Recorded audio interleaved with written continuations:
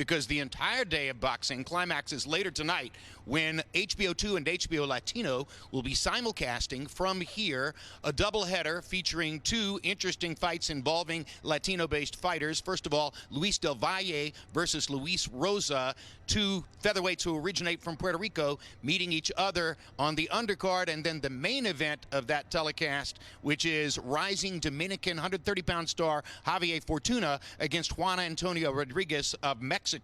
Prior to that, we're going to have the live coverage of Carl Froch against George Groves from Wembley Stadium in London. But before that, we'll be going to Macau, China, to see what has gone on in the battle there, taking place on the same day between Nonito Donaire and Simpiwe Vetyeka. They're fighting for the 126-pound championship, now owned by Vetyeka after his upset win over Chris John. Let's take a look at the tail of the tape for Vetyeka against Donaire. And you can see the 2-year age advantage for Nonito Donaire. He gives away a half-inch in height to Vetyeka. Arm length measured from the armpit to the end of the fist, yielding a half-inch advantage for the South African fighter.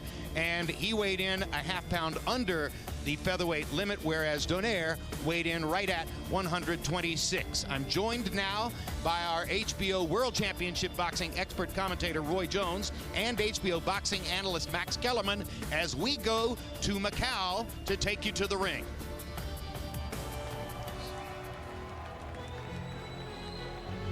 And there's a look at Nonito Donaire, entering first and seeking, as you see, an official title in a 4th weight class. He also beat a top fighter at 115 pounds.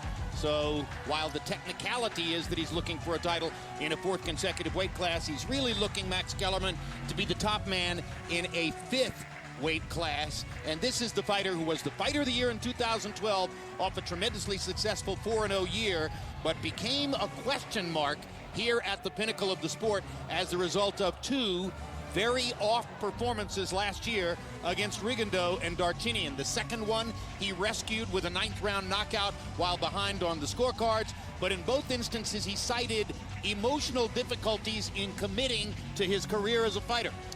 And so we saw a guy who had to be asked, do you still want to be a fighter? Which is precisely what Darchinian asked him in that fight following the Rigondeaux loss.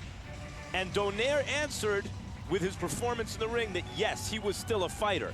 Is he still a dominant pound-for-pound world-class fighter?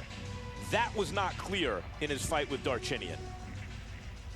And he'll attempt to underline the point and prove it against a guy who would have been regarded 6 months ago as a highly unlikely opponent for Nonito Donaire. Simpiwe Vetyeka first went to Indonesia and got an upset victory over Daoud Yordan. Wasn't expected to beat him. Went back 6 months later and beat Chris John, in effect interrupting a 9-year Chris John win streak, doing what Juan Manuel Marquez couldn't do, beating John on Indonesian turf.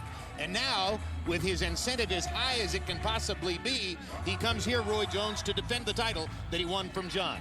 Yeah, he's coming to defend the title. He's coming to make a statement. But, you know, for him, unfortunately, the thing is that how much or how committed is Nonito Donaire to this fight?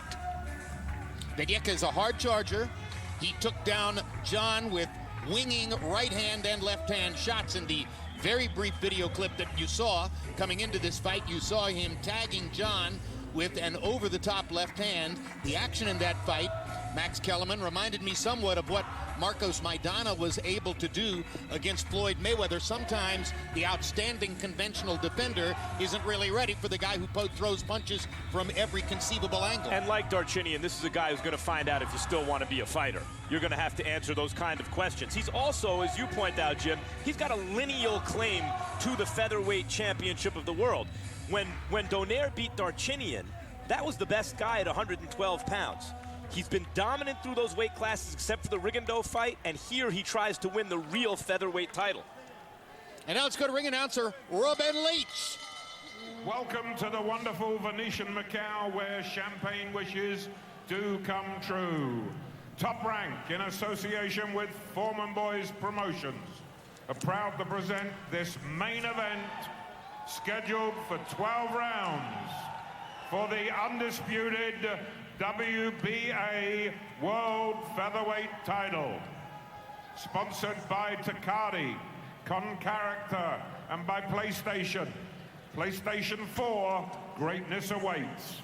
Sanctioned by the World Boxing Association, and its supervisor is Aurelio Finego at ringside, along with the Professional Boxing Commission of China Executive Director Leon Panoncello. The three judges scoring this contest are Francisco Martinez, Levi Martinez, and Raul Caiz Jr. Inside the ring, the man in charge of the action is referee Luis Pabon. Introducing first in the blue corner, wearing red and black trunks, weighing in at 126 pounds, with a professional record of 32 wins, 2 defeats, and 21 wins by knockout. He is the former multi-weight world champion from General Santos City in the Philippines, and now calls Las Vegas home. Please welcome Nonito, the Filipino Flash, Donaire.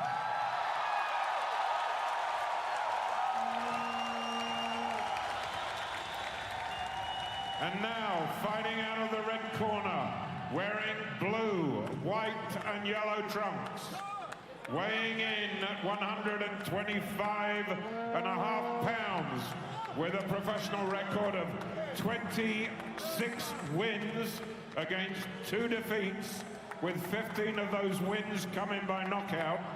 He is the current undisputed WBA World Featherweight Champion from Madatsani, South Africa. Please welcome Simpiwe Vetyeka.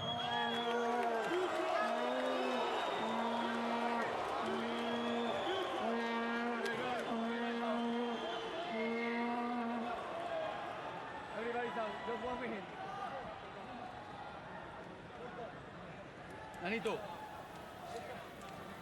come in.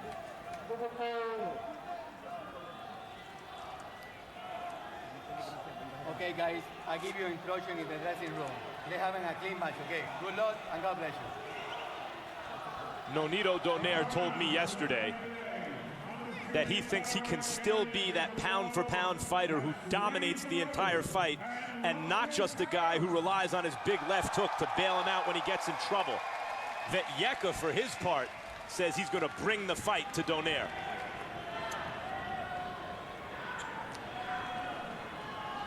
Last time he saw a South African, the South African was about 5 foot 10 inches tall at 122 pounds. Matabula. Yes. And Jeffrey Matabula, whom Nonito Donaire defeated in 2012, is a fighter who comes from the same general area and the same gym scene which produced Simpiwe Vetyeka. If you are, in fact, a student of the sport, you may remember a South African star from about 15, 20 years ago named Vuyani Bungu. Uniquely elastic kind of fighter who could get away from any punch at any angle. Bungu, for a brief period of time, was Vetyeka's trainer, but Vetyeka has now gone back to being trained by the people who initially fostered his particular career. Round 1 underway, and we'll see if Vetyeka, with his aggression, can pierce Donaire's defenses or perhaps set up a counter left hook for Donaire, which is an obvious weapon for him against an aggressive conventional fighter like Vetyeka.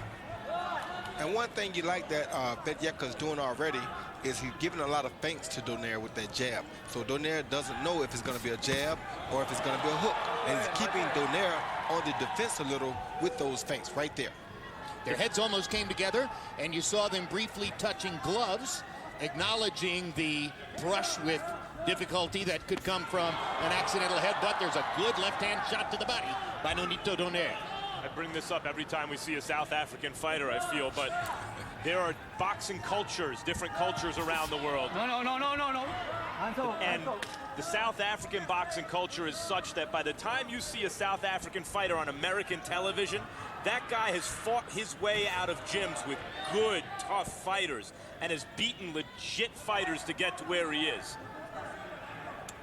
So by the time he gets here, he's definitely the best of the best that they had to offer. Not always good enough to get them over the top on the highest level, but usually good enough to give the best fighters in the world a run for their money and sometimes a little more.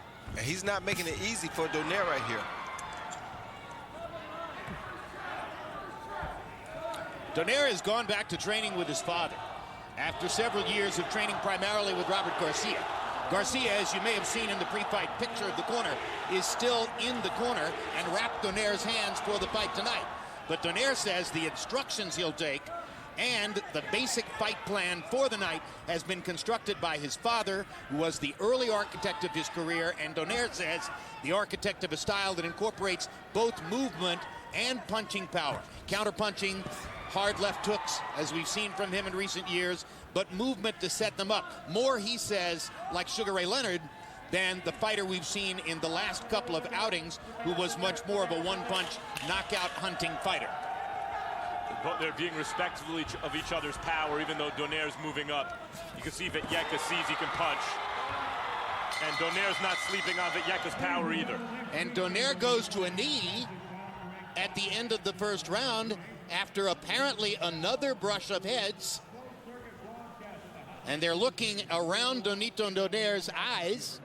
And there it is. There's a cut immediately over the left eyelid. In fact, it's under the eyebrow, on the eyelid. You can scarcely find a worse place for a cut, Roy. Yes, definitely the worst place you can have a cut, because the blood will leak right into your eye, and this will definitely have your vision impaired.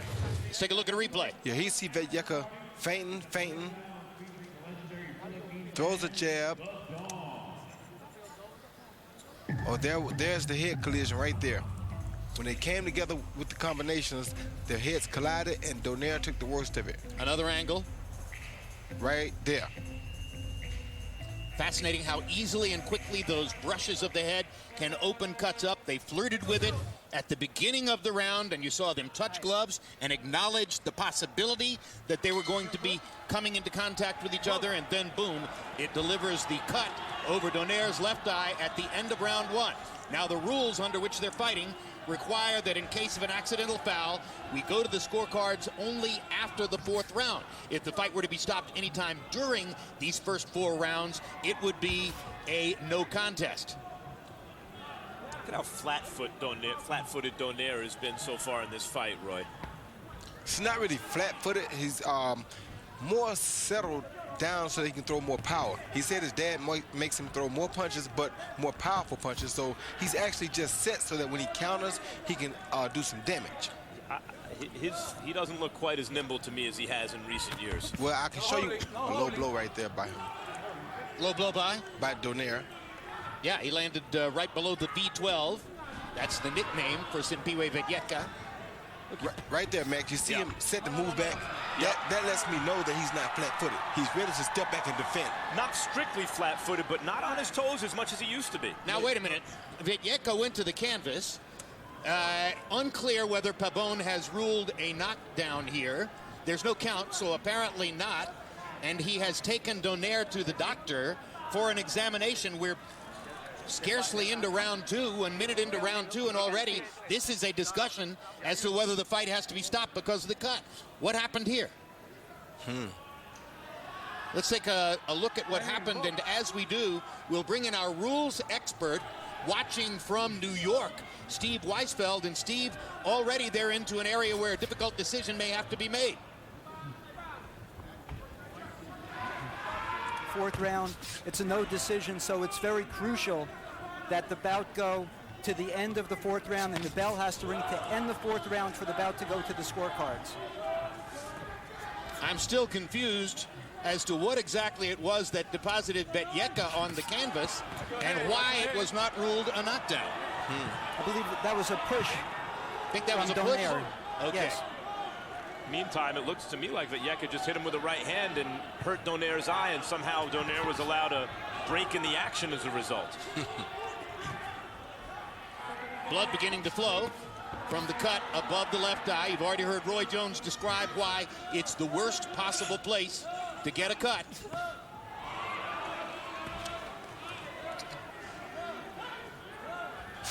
Mike Bezel is listed as the cut man in Donaire's corner.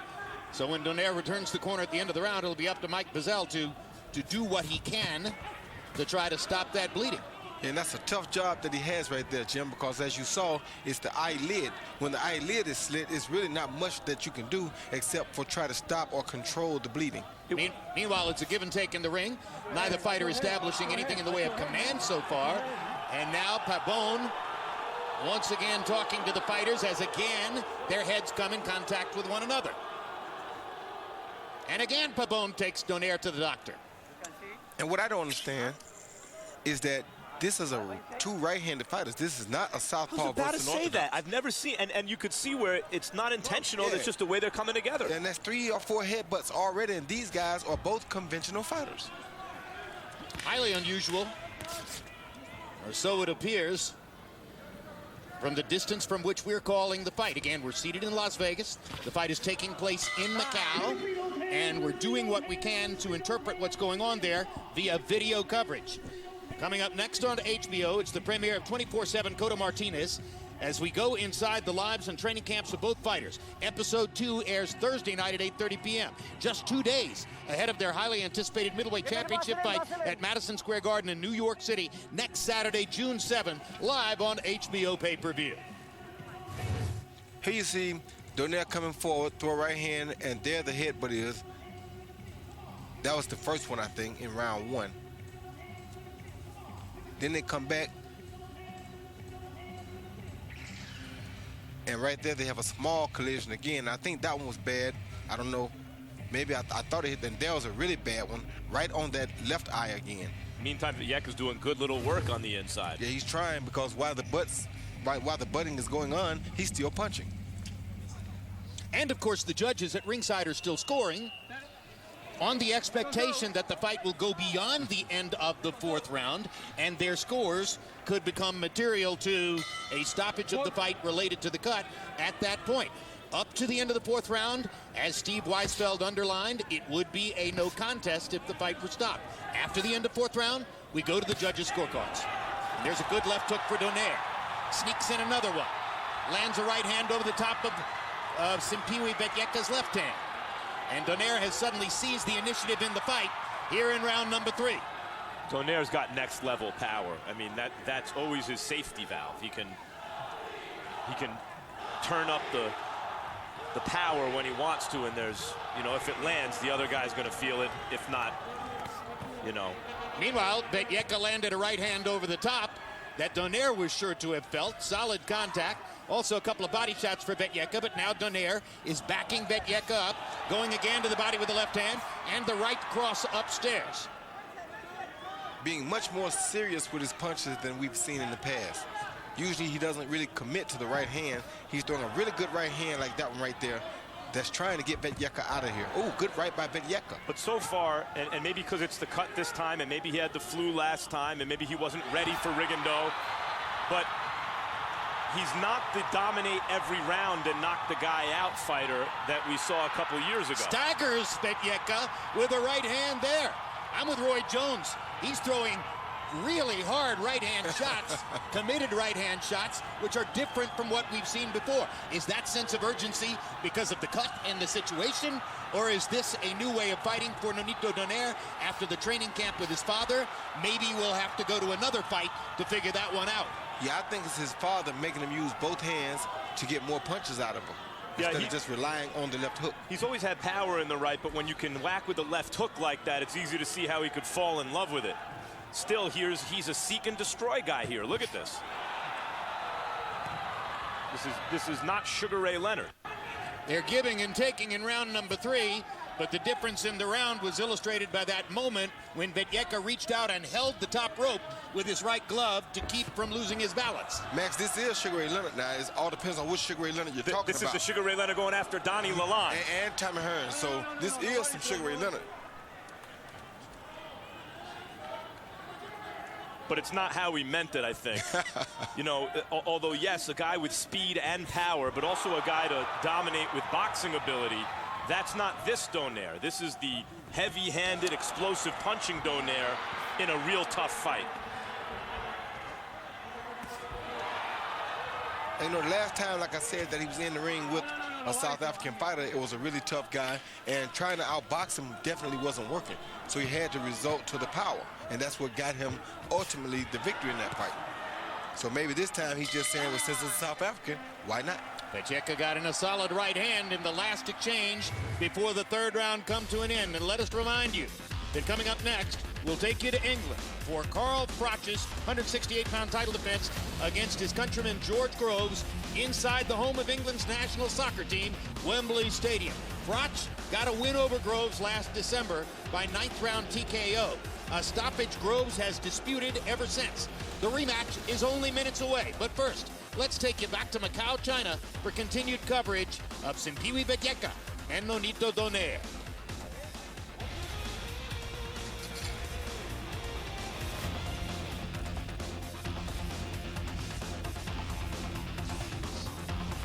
That card said December. The fight was November 23.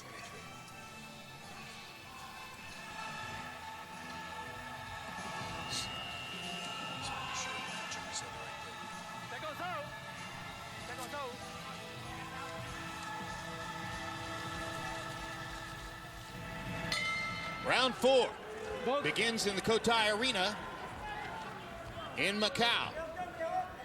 And the seats seem to be full. So Donaire and Vetyeka have shown a certain drawing power there in the arena. Of course, we can only see the first several rows from our monitor shot here.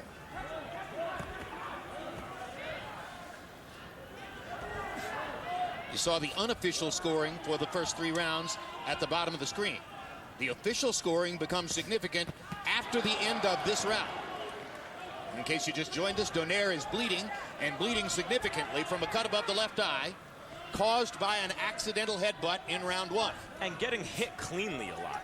You know, there was a combination that just hit him cleanly right in the middle of the ring, Roy. Yeah, Vetyeka just hit him with a beautiful counter right uppercut.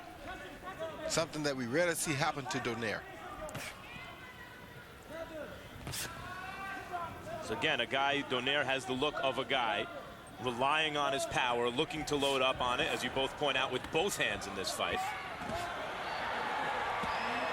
And Vetyeka's getting a chance to counter against him and landing solid stuff. And down goes Vetyeka on a Donaire left hook. The money punch comes through at a big moment. 6, 7, 8. Are you right? Hands up. Not sure that Vetyeka has ever been hit with a left hook with that kind of authority on it. A minute and a half to go in the 4th round. Donaire trying to finish Vetyeka prior to the point at which official scorecards would come into play.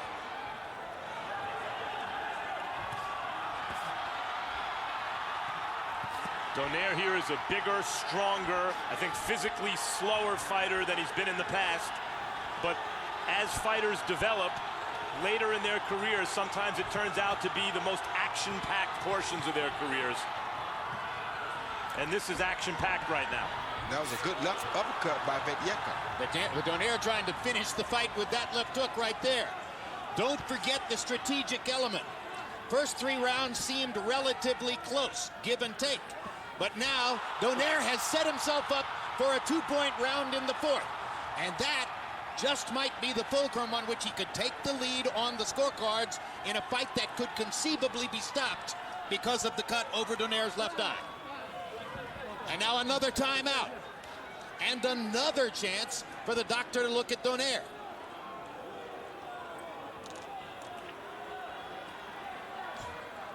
That is the 3rd time by my count that referee Luis Pabon has taken Donaire to the corner in the middle of the round to be examined by the doctor. And obviously they're looking at him between rounds 2. And before that happened, he did hit Vetyeka with another awesome left hook. Wobbled him. But Vetyeka took it. But he almost had the second knockdown of the round. Donaire blinking and Vetyeka pursuing. Vetyeka lands a right uppercut to punctuate the 4th round, and Donaire blinking as he walks back to his corner. But that was a 2-point round on the scorecards for Nonito Donaire.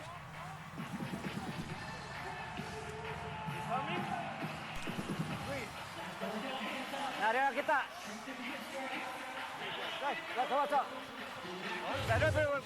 He see Vetyeka on the attack with the jab, leading, and got too confident, and boom, that left hook sent him right on the back of his seat. He's on the attack with the jab. Good feints. Donaire lands a short right hand, followed by a beautiful left hook. Vetyeka dropped his right hand. Didn't have it in a defensive position. And that was that second left hook, a well of a left hook, but Vetyeka took that one. You think that right hand started him going, Roy? I think he did, because that second left hook was just as good, but there wasn't a right hand that preceded it.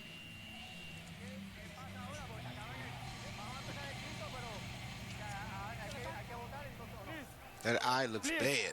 Intensity in Vetyeka's corner as they instruct their fighter on what to do next. Meanwhile, in Donaire's corner, all the attention is focused on the cut above the left eye, and you can see that referee Luis Pabon is all the way over the top of the ropes discussing this with medical authorities at ringside. Steve Weisfeld, what from your perspective is what's going on? It appears that the fight's going to be stopped, and Luis Pabon is conferring about the proper mechanism to stopping the fight. Right now, he's asking that the bell be rung for the 5th round, but the interesting thing is that the judges have to score the 2 seconds of the 5th round, but even though I certainly dislike even rounds, the judges have to score the 5th round 10-10, but there's no question in my mind that the 10-8 4th round for Donaire put him over the top. So if the fight is going to be stopped here, Steve Weisfeld, the outcome is likely to be a unanimous decision or a decision victory for Nonito Donaire. Is that correct? Correct. 10-8 round for Donaire in round 4. I thought he clearly won round 3. First 2 rounds were close. So it should be a technical decision win for Donaire.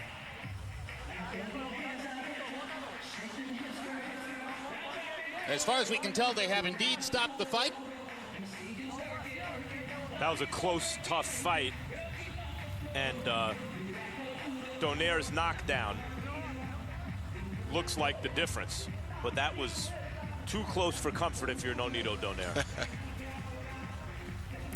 You think we might see a rematch? I think it warrants one. And if you're Simpiwe Vetyeka, you have to be thinking that life is strange. He was fortunate enough to beat both Dawood Yordan and Chris John on Indonesian soil. Now he comes here in effect to a neutral court and gets what appears to be a very bad break against Nonito Donaire.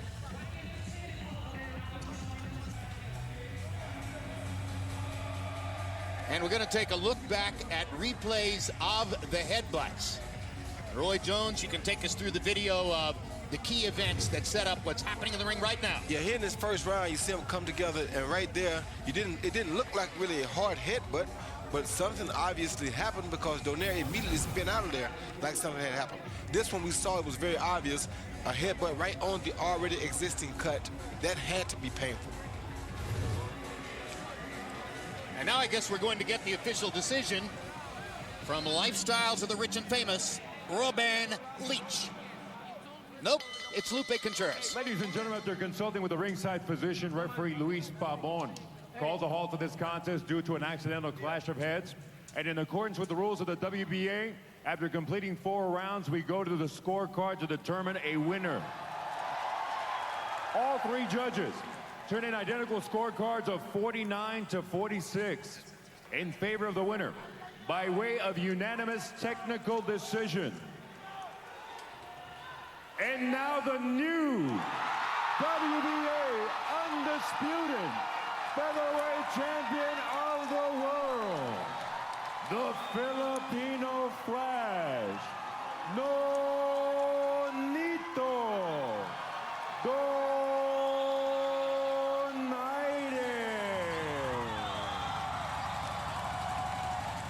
So he has another title, and he has a beachhead now in the featherweight weight division. But it's unclear at this moment whether Nonito Donaire has all of his credibility back. Nonito, I offer you a somewhat qualified congratulations, because at the end of the fight, when you found out that you had won, you seemed almost apologetic. I am. First of all, Shishi, maraming salamat po sa inyong lahat na nandito. Pasensya na po talaga na hindi ako nabigay ng What pinakamasayang ano. are you saying to your fans here? I said thank you to everyone here for coming. I'm sorry that I wasn't able to give you guys a proper fight. But from our viewpoint, you did. You were accidentally headbutted. That caused the eye problem. Well, That the thing led was, to the end of the fight. the thing was in the first round, he was already going into my eyes, and the referee said, he asked me, "Can you see?" I'm like, "I could see. I can't." I said first, I can't see, and he said, "Well, stop it." No. I want to keep going. I don't want to do this to my fans. And every round, it just keeps getting worse and worse, and the ointment was going into my eyes to stop the bleeding. And I was like, you know what? I just can't. This is too much of a disadvantage. I can't even look at him when he goes to the left side. But you saw through it to knock him down during a heated exchange. Don't you want to take credit for that? Well, I wish that I can, I'm a biggest critic. I just want to give the fans the best fight, and I was halfway there. I was happy to give them, but I'm happy that they're here. Under the circumstances, this is First of all, Larry, let me make this, and I promise Simpiwe and his camp, I will give them a rematch, because I cannot take the victory of just unfinished business. And he's a great fighter, and I have the greatest respect for them, and I want to give them that rematch. That's very generous again of you, but let's review the fight. At the end of the first round, on an accidental headbutt, your eye was sliced open. You seemed to become very urgent and serious after that, intuiting that you couldn't go on like that for 11 more rounds. I wanted to give the fans everything that I can, but I knew exactly I was in that biggest disadvantage, Like, I can see what's coming on the right side, but I have to kind of guess. I mean, I can still see because I'm looking over, but my eyes couldn't on this side was I was kind of blinded in a little bit in a blurry sense. Describe to us then what happened when you knocked him down. Him saying, incidentally, that there was no way that you, a smaller man, naturally was going to be able to hurt him that way. Well, I knew exactly that I have the power for this weight class still. I was able to do what I did in the ring, and I was just, I was getting frustrated. That's all I'm saying. I was getting frustrated every round because I want to do it, but I just was the biggest disadvantage. But you seem to be blaming yourself for winning the fight. Because the thing is, like I said, that's why I want to give Simpiwe the biggest respect, because it was a great fight. He's a great champion, and it's an unfinished business. And there's, I want to finish it. Do you think after the night is over, when you wake up tomorrow, you will take some pleasure from your night's hard work?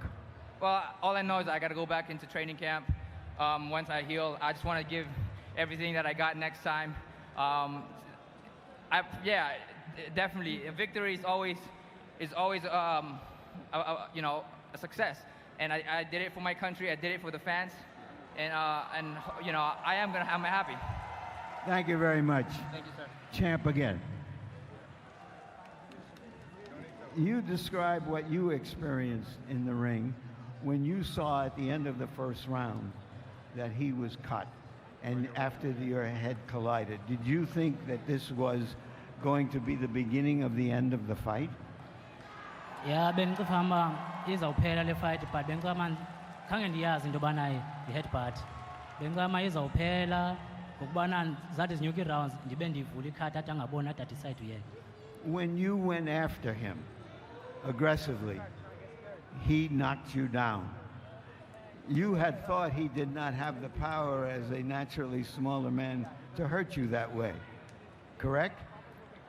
Njengoko benditshilo nakwi-press conference into yobana usuka kwidivision ephantsi njengam nam suka kwidivision ephantsi, so ndiyazazi uba namandla kule division naye uzawuba namandla, so bendiyazi loo nto leyo. But ke ngokubana ndiye kuye ibe yimistake yam ndiske ndabakhelesa wandibamba ngephansi. I'm sorry, I'm not sure exactly. No, he's saying that for the first question, he said he didn't think that was a headbutt, and he thought that the fight would be stopped. But as the rounds would go on, he would then open the cut up, and then the fight would be stopped. On your second question, He says, no, it was my fault because when I caught him, I got careless. And I said in the pre-fight interviews that I know that he's got power because both of us are coming from lower divisions. What did Donaire say to him when the fight ended? He said he promises that he's going to give him a rematch. Uthe disappointed kakhulu ngento bana ifight iphelo lahlobo. Ebengathandi bana win olahlobo. Kodwa ke promise rematch ezanika. He said he was disappointed that the fight ended that way, and he said he wouldn't have liked it to be ending this way, so he promises to give him a rematch. Thank you very much. Our thanks to our colleague emeritus Larry Merchant for those post-fight interviews in Macau. Final CompuBox numbers, and these are total punches only. And you can see that the fight was very even from a numerical standpoint. Scant difference at all between Vetyeka's output and that of Donaire, and they both landed 33% of their punches in the fight. So now let's quickly get comments from both Roy and Max about Donaire.